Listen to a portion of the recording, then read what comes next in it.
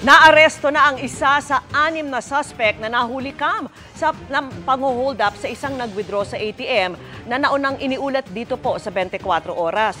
Pero ibang krimen ang naging susi sa kanyang pagkakatiklo. At nakatutok si John Consulta, exclusive.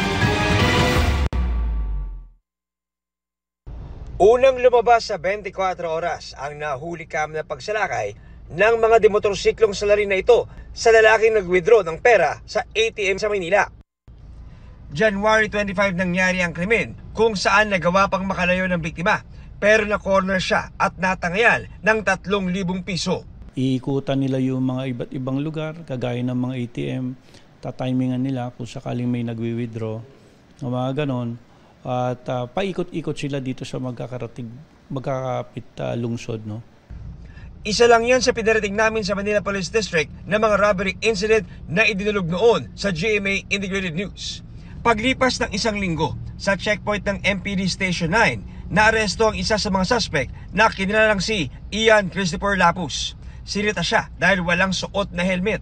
Na-recover sa kanya ang isang caliber 45 na may mga bala at isa sa motorsiklong ginamit umano nila noong gabi ng January 25. Nag-review tayo ng mga CCTV recordings. Siya yung rider doon sa isang motorsiklo at na-identify na rin natin yung ibang kasamahan niya.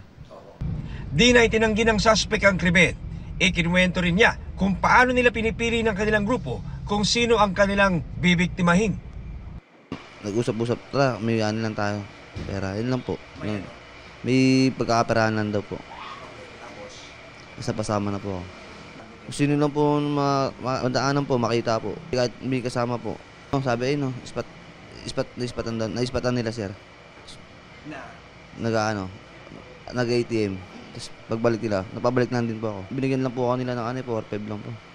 4-5. Buddhist rin po kasi asawa ko, mga anak na rin po siya ng mga kabawanan niya na po nun. Bukod kay Lapus, may 5 pa umano siyang kasabwat na pinaghahanap hanggang ngayon. Tuloy-tuloy pa yung manhunt natin dito. Kaya kung sakaling nabiktima kayo nitong grupo na to, pumunta lang po rito sa amin para ma-file natin ang kaukulang complaint ito.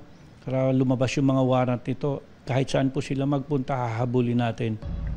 Para sa GMA Integrated News, John Consulta, nakatutok 24 oras.